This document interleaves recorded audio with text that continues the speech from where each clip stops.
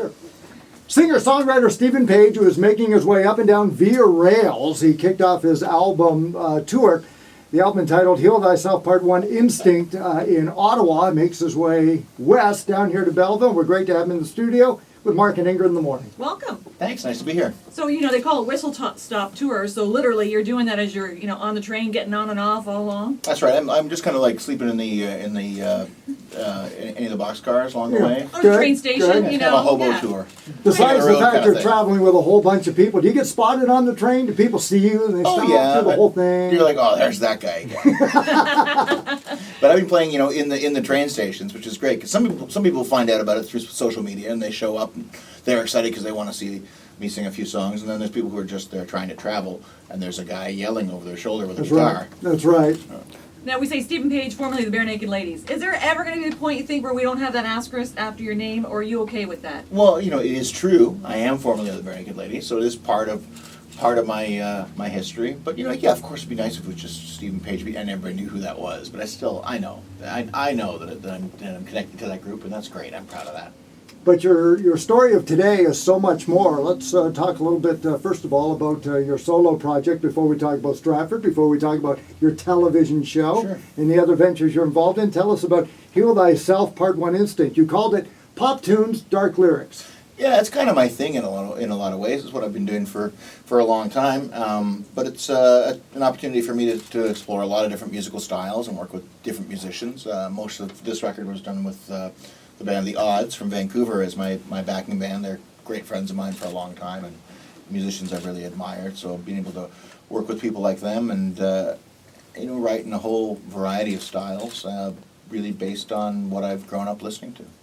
You've been very open about battling depression. Does that come out in this new album? Sure, yeah. It's it's been a part of the music I've written all the way back from, say, songs like Brian Wilson. But I think since I've been a little more out about it, it becomes a little more obvious in the writing. And the first single from the record, Surprise, Surprise, was certainly about trying to battle that and come out on the other side to find the light between the cracks. So important too, drawing awareness, letting other people know it's okay to talk about. It's not something that's taboo anymore. Right. It's pretty easy to feel alone or like you're weak or you've done something bad by feeling that way. And I think the more people who speak out about it and talk about their own coping mechanisms and the kinds of support they get from people around them, I think the better it's going to be. Yeah, and equally important, Clara Hughes was in talking about that. Not only can you cope, you can succeed. You can do great things. Sure. Clara's amazing. And I know for most of us, it's always a work in progress. It's not something like all of a sudden you're healed and you're fixed. You have to work at it to kind of stay well, just like an athlete has to work at staying healthy and staying fit. Okay, Stephen Page joins us. You teased us with the first single, Surprise, Surprise, and what it's about. Is that the first song you wrote for the album, or where did it come from? It's one of the earliest songs I wrote for the record. Yeah, I wrote it with Craig Northey when we were touring together maybe about 3 or 4 years ago, which is right when I started making this record. It took me a while to get the whole thing done, but it's early in the journey. So you're going to play something for us off that album? Sure, I'll play Surprise, Surprise for you right now. Great.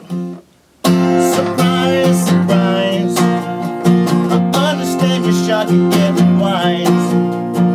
I was feeling shame, you were feeling stupid. I knew what was wrong with me long before you did. I knew what was wrong with me long before you did. I spent my whole adult life worrying the world would find me out before too long.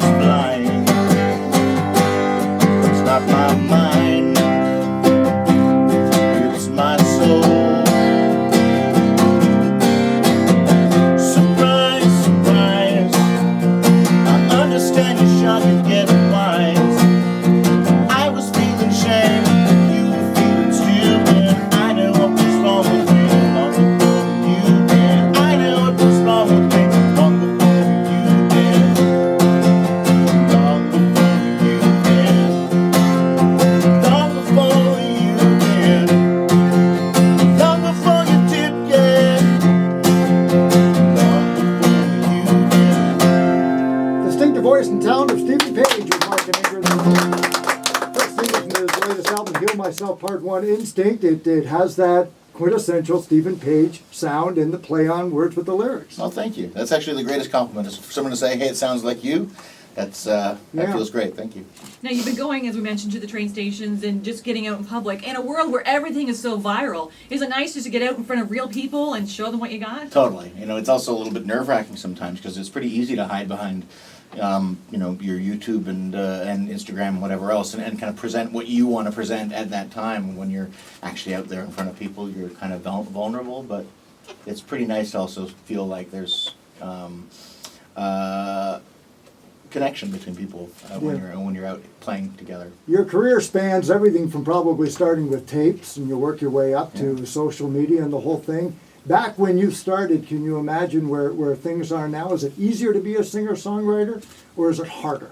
I don't know if it's easier or harder. I think that when Bare Naked Ladies started, so much of our success depended on word of mouth, and that's really what social media is people telling each other about stuff that excites them. So we would, play a club, and then the next week we'd play the club, and there'd be twice as many people, and then twice as many again. But I think now there is so much, there's a lot of competition out there, not just from other musicians, but from other media, video games and Netflix and whatever else, that it's hard to stand out sometimes. But there are a lot more opportunities to play music, which is a wonderful thing. We were talking about things going viral, and one of the videos I saw was you singing Hallelujah at Jack Layton's state funeral. Right. Is that the toughest gig you've ever had to do? Yeah, that was pretty darn tough. That was I was really honored to be asked to do it. I was asked by his family, and apparently he had kind of made all the plans in advance of what he had wanted to happen at his funeral, I think long before they knew it was going to be a state funeral.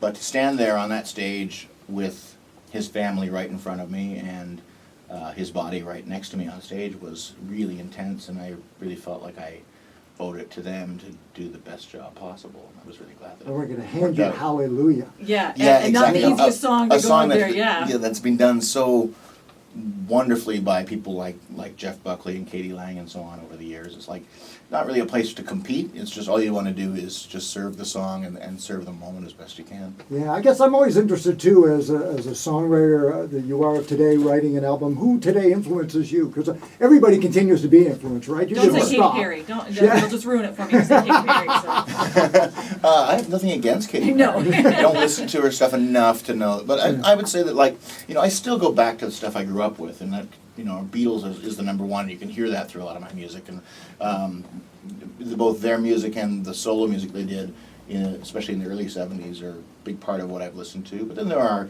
contemporary artists like Conor Oberst from Bright Eyes, and Will Sheff from Ockerville River, and John K. Sampson from the Weaker Thans, who I think are really top-notch songwriters and kind of make me try to step up my game as best I can. So if we found an iPod with that on it, I'd know it's yours and have to give it back? Yeah, it's either mine or my kids. Yeah. You talk about your kids. It's got to be hard being out on the road. Is that one of the toughest things of being a musician? Yeah, being away from home is hard. And, as the older you get, I think in a certain way it's more difficult. My kids grew up with me being on the road a lot when they were little. And they're older and more independent now, but I kind of get into... It's harder to get me up and out of the house. And, there used to be a time when I hear the tour bus coming down the street and I get very excited. Now it's like, I'd like to go away for about 3 or 4 days at a time and then go home. Yeah. Do your kids hear you on the radio and go, "That's you"? Oh, yeah. now they're kind of like, they're at the point where their friends find out that their dad is that guy, and they go like, "You didn't tell me that's your dad?" You're like, no, Well, 'cause you it's didn't just my ask if it was my Yeah. dad or not. Yeah, absolutely. They ever watch the Edie video and think, oh my God, look at those legs? Oh, God. A lot of times I go, what was I thinking? Well, this new album's a chance for do-over, right? It's a different Stephen Page. You can never erase the past. No. That's right. especially Speaking of not. a different Stephen Page, let's talk about when Antonio Cimarelli must have given you a call at the Stratford Festival. Oh, He said, did- we'd like you to start composing some stuff. This is the second year, and you're doing Macbeth this year. How does that process of songwriting go? It's actually over the years. This is now number 6 that I've done for them, and I did Hamlet last year, Macbeth this year, and it's I love it. It's a great kind of collaboration between the actors and the creative team, which is myself doing the music, but there's also a sound designer and a lighting designer and the director of the play, and it's a lot of work, because really what you're doing when you're scoring for a dramatic play is you're really just providing some mood and some setting but you don't want to step on the actors' lines. You know, you have to give them lots of space to do what they do, and really just highlight your job is, rather than being front and center like I'm used to being, you're in the background, you're a supporting character, and that's it's a great skill to learn. Yeah. Stephen Page, Heal Thyself, Part 1, Instinct, so that's going to be Part 2 already in the works? It's already mostly done. I've got most of the songs, so now I just have to kind of get it mixed and figure out when to put it out. Excellent. What- Who plays another song from that? Why don't I play you an old one? How about that? That'd be great. All right. Broke into the old apartment. This is where we used to live. Broken glass, broken hungry, broken hearts and broken bones. This is where we used to live. Why did you paint the walls? Why did you clean the floor? Why did you plaster over the hole I punched in the door? This is where we used to live. Why did you keep the mousetrap? Why did you keep the dish right? These things used to be mine. I guess they still are. I want 'em back. Broke into the old apartment, 42 stairs from the street. Crooked landing, crooked landlord, narrow laneway filled with cooks. This is where we used to live. Why did they pave the lawn? Why did they change the law? Why did I have to break it? I only came here to talk. This is where we used to live. How is the neighbor downstairs? How is her temper this year? I turned up your TV and stopped on the floor just for fun. I know we don't live here anymore. We bought an old house on Danforth. She loves me and her body keeps me warm. And I am happy there, but this is where we used to live. I broke into the old apartment. I turned the phone out of the wall. Only memories, fading memories, blending into dull tableau. Well, I want them back. I want them back. This is where we used to live. I want them back. This is where we used to live. I want them back. Ooh, I want them back.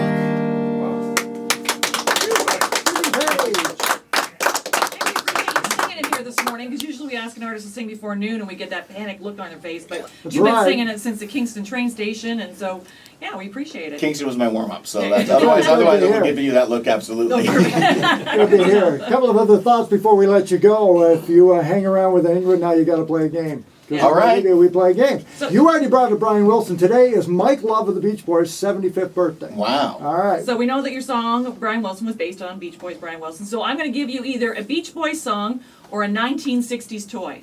Okay? So Okay. you just got to say toy or Beach Boys. Okay. Rock-a-Stack. Toy. Very good. Johnny Hero. Song. No, toy. Cotton Fields. Song. Beach Boys. Yeah. Chug-a-lug. Toy. Beach Boys. Wow. Yeah. Little People. That's that's a show on TLC. Yeah. It's also a politically incorrect toy as well. Yeah. Vegetables. That's song. It is. Upsy Downsy. Song I don't know. No, it's a toy. It's Thank a heavens. doll. Wild Honey. That's a song. Great Yeah, song. thank goodness. Disney Girls. Song. Very good. And the last one, Best of the West. Song. Toy. Actually, Toy. that'd be There pretty are good. too many songs there for me to not I know. know. You know your Beach Boys, not Some the of them. 1960s toys. Yeah. And the final branch, I got a couple of minutes to talk about your TV show. Are you a real fan of cooking? You're a food guy? Oh, I love, yes, Yeah. as you can tell, I love food. One of the things about touring over the years is being able to sample local cuisines all over the place and figure out a way to get away from bad backstage catering, which is going out and exploring the world.